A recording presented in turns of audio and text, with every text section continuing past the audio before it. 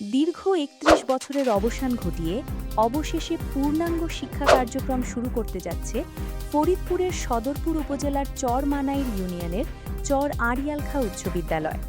১৯৭৫ সালে প্রতিষ্ঠিত হলেও প্রয়োজনীয় অবকাঠামোর অভাবে এতদিন টিন শেড ভবনে অত্যন্ত সীমিত পরিসরে চলছিল বিদ্যালয়টির কার্যক্রম। ফলে চরাঞ্চলের শিক্ষার্থীদেরকে মাধ্যমিক শিক্ষার জন্য যেতে হতো দূর দূরান্তে।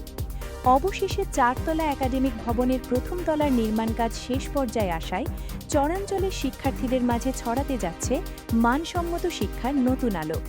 কার্যক্রম চালুর অংশ হিসেবে সম্প্রতি বিদ্যালয় ভবনে অনুষ্ঠিত হয় নবগঠিত অ্যাডহক কমিটির পরিচিতি সভা। ইউপি চেয়ারম্যান রফিকুল ইসলামের সভাপতিত্বে ও প্রধান শিক্ষক মোহাম্মদ আনিনুল ইসলামের সঞ্চালনায় সভায় বক্তব্য দেন কমিটির নতুন সভাপতি তানজিমুল হাসান কায়েস সহ স্থানীয় নেতৃবৃন্দ। এ সময় বক্তারা বিদ্যালয়ের সার্বিক সুরক্ষায় বাউন্ডারি ওয়াল নির্মাণ, প্রধান ফটক স্থাপন ও মাঠ ভরাটের দাবি জানান।